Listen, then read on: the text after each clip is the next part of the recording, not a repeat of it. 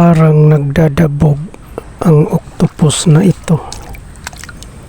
Parang galit yata siya. Kasi dalawa sila sa lungga. Kaya lang medyo maliit siya, natalo siya ng kapwa niya octopus. Kasi may kalakihan yun.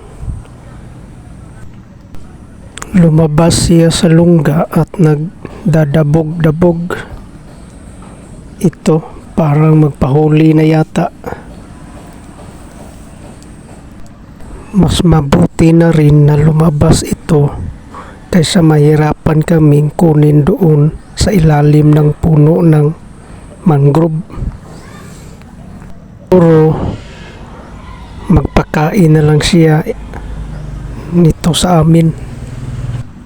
Masarap ito gawing adobo ang pagkaluto. Pwede rin ito isubak sa bihon. Pwede rin sa pansit. Kailangan mo na pakuluan siya ng tubig.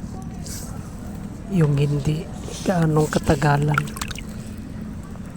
Para hindi siya makunat pag gawin mong sahog sa bihon o pansit o maring bam-iba.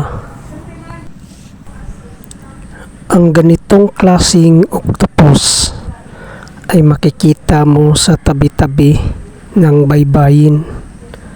Minsan nasa puno ng mangrove. Kalimitan na talaga sila sa tabi-tabi. Hindi mo makikita doon sa malalim na parte ng dagat. Hindi ito gaanong lumalaki. Naghahanap ng pagkain niya.